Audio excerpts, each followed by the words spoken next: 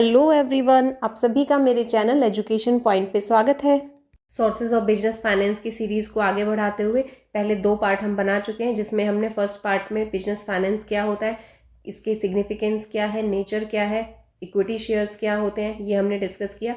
Second part में हमने preference shares के बारे में डिस्कस किया और ये थर्ड पार्ट है, तो इसमें डिबेंचर्स को हम डिस्कस कर रहे हैं। डिबेंचर क्या होता है? डिबेंचर एक तरीके का बॉन्ड होता है जिसमें डिबेंचर होल्डर को प्रॉमिस करते हैं कि हम डिबेंचर का जो भी अमाउंट है वो विद इंटरेस्ट डिबेंचर होल्डर को पे कर देंगे। डिबेंचर्स हमारी मीडियम टर्म और लॉन्ग टर्म फाइनेंशियल नीड को पूरा करता है।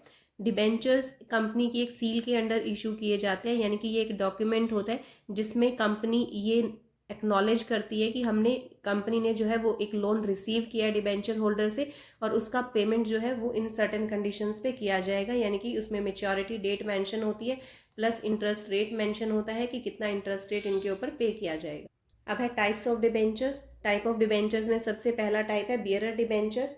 बियरर डिबेंचर एक डॉक्यूमेंट होता है जो इजीली ट्रांसफरेबल होता है, यानी कि जो भी डिबेंचर होल्डर होगा जिसके पास भी वो डॉक्यूमेंट है, कंपनी उसको इंटरेस्ट पे करेगी और जो फाइनल पेमेंट है वो पेमेंट कर देगी। इस तरह के डिबेंचर्स के साथ कुछ कूपन्स जो है वो अटैच होते हैं, तो जब भी डिबेंचर होल्डर ये कूपन जो है वो कंपनी को शो करेगा, कंपनी उसको पेमेंट कर देगी।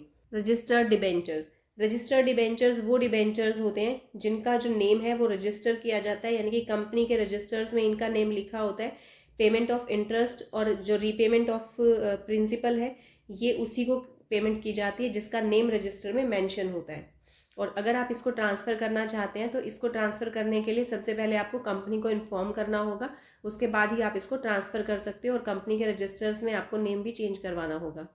देन नेक्स्ट है रिडीमेबल डिबेंचर्स। रिडीमेबल डिबेंचर्स वो हैं जो प्रिंसिपल अमाउंट जो है डिबेंचर्स की वो पेमेंट का एक मेच्योरिटी टाइम पीरियड बता देती है, तो उस सर्टेन टाइम पीरियड के बाद इनकी जो पेमेंट है वो कर दी जाती है डिबेंचर होल्डर को। Then irredeemable debentures. Redeemable debentures वो डिबेंचर्स हैं जिसकी पेमेंट जो है वो तभी की जाती है जब कंपनी या बिजनेस को वाइंड अप किया जा रहा है, यानी कि कंपनी को बंद किया जा रहा है। इसका मतलब ये डिबेंचर्स कंपनी के लाइफ टाइम तक कंपनी के साथ ही रहते हैं। Then convertible debentures. Convertible debentures वो डिबेंचर्स होते हैं जिनको आप कन्वर्ट करवा सकते हो, यानी कि इन डिबेंचर होल्डर्स को राइट दिया जाता है कि ये एक टाइम पीरियड के बाद इनको शेयर्स में कन्वर्ट करवा सकते हैं। Then secured debentures. Secured debentures वो डिबेंचर्स होते हैं जिनके साथ कंपनी जो है वो सिक्योरिटी देती है, एसेट को एज अ मोर्गेज जो है इनके साथ रखा जाता है। इनको राइट होता है कि अगर इनको प्रिंसिपल अमाउंट की पेमेंट नहीं की जाती है तो उस अमाउंट को रिकवर करने के लिए कंपनी के एसेट को सेल कर सकते हैं। Then unsecured debentures. Unsecured debentures में इस तरह की कोई सिक्योरिटी ऑफर नहीं की जाती। अब है डिबेंचर्स के एडवांटेजेस। डिबेंचर्स के एडवांटेजेस इन्वेस्टर्स के लिए क्या है और कंपनी के लिए क्या है। तो सबसे पहले डिबेंचर्स के एडवांटेजेस देखते हैं इन्वेस्टर्स के लिए। सबसे पहला एडवांटेज है permanent and regular income. Debenture holder को एक परमानेंट इनकम होती है क्योंकि इनको रेगुलर जो इंटरेस्ट है वो पे किया जाता है और कुछ टाइम पीरियड के बाद इनको प्रिंसिपल अमाउंट भी पे कर दिया जाता है। नेक्स्ट है more safe investment. More safe investment क्यों है? क्योंकि इसके अगेंस्ट कंपनी सिक्योरिटी देती है, यानी कि जो कंपनी की एसेट्स हैं वो इनके बैक में एज अ सिक्योरिटी रहती हैं, तो ये सेफ रहते हैं। देन मोर लिक्विडिटी। मोर लिक्विडिटी मतलब डिबेंचर्स को इजीली सेल और परचेज किया जा सकता है, तो इसीलिए ये इजीली लिक्विडेट हो जाते हैं। Then right of conversion. जो कन्वर्टिबल डिबेंचर्स होते हैं उनके ऊपर राइट दिया जाता है कि डिबेंचर होल्डर इनको एक आफ्टर सम टाइम पीरियड के बाद शेयर्स में कन्वर्ट करवा सकता है। अब कंपनी के लिए क्या एडवांटेजेस हैं? सबसे पहला एडवांटेज है कि ये मैनेजरियल एक्टिविटीज़ में इंटरफेयर नहीं कर सकते, यानी कि कंपनी बगैर किसी इंटरफेरेंस के अपना काम स्मूथली कर सकती है। नेक्स्ट है चीप सोर्स ऑफ फाइनेंस। इनके ऊपर जो इंटरेस्ट पे किया जाता है वो बाकी सोर्सेज से कम होता है, तो इसीलिए ये कंपनी के लिए सस्ते सोर्स ऑफ फाइनेंस होते हैं।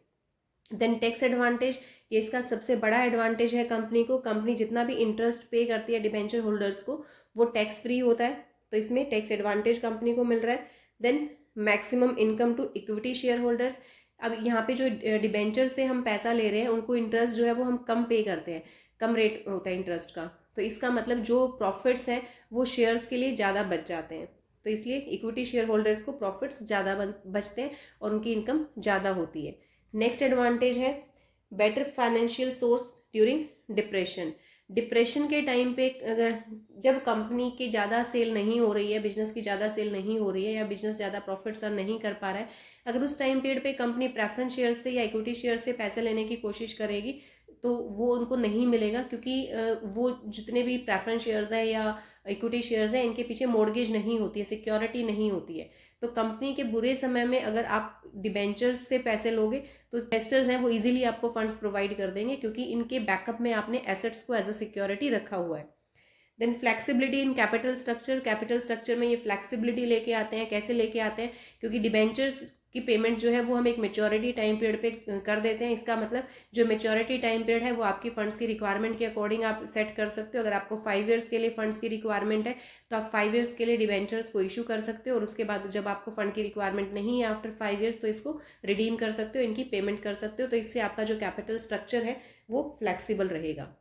अब है लिमिटेशंस ऑफ डिबेंचर्स। डिबेंचर्स के क्या लिमिटेशंस हैं, डिबेंचर्स के इन्वेस्टर्स के लिए क्या लिमिटेशंस हैं और कंपनी के लिए क्या लिमिटेशंस हैं।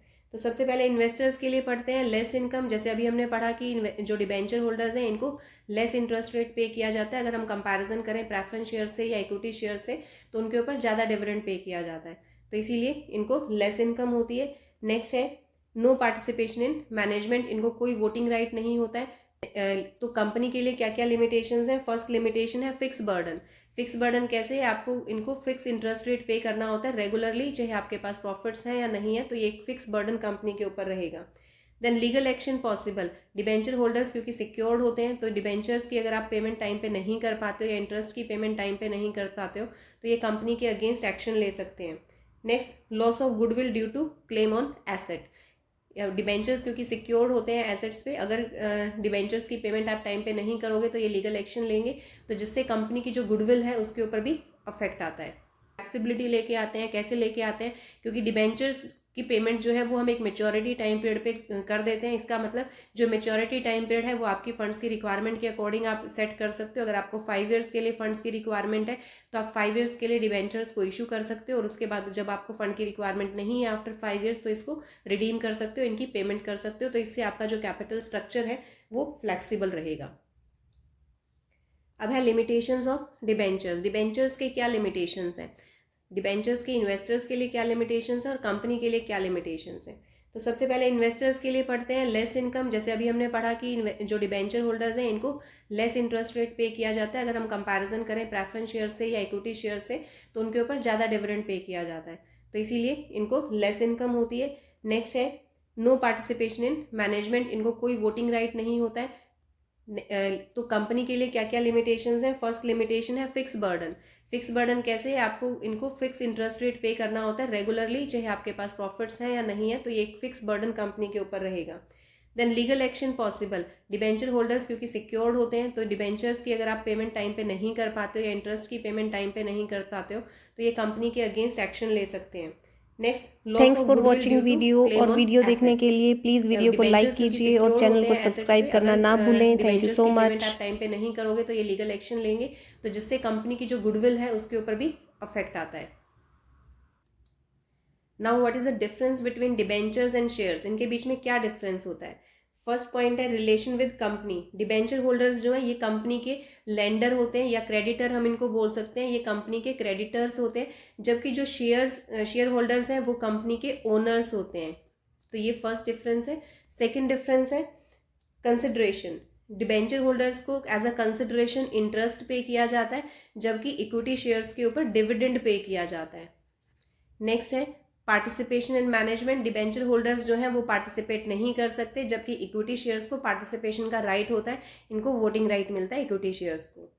Then refund of capital. Capital refund में डिबेंचर होल्डर्स को मेच्योरिटी डेट पे भी आप रिफंड कर देते हो, और साथ के साथ कंपनी अगर बीच में वाइंड अप हो रही है तो आपको डिबेंचर्स को सबसे पहले पेमेंट मिलती है, उसके बाद प्रेफरेंस शेयर्स को, और सबसे लास्ट में जो है वो इक्विटी शेयर होल्डर्स को पेमेंट की जाती है। Tax advantage. डिबेंचर्स के ऊपर टैक्स एडवांटेज होता है, लेकिन इक्विटी शेयर्स के ऊपर हमें कोई टैक्स एडवांटेज नहीं मिलता।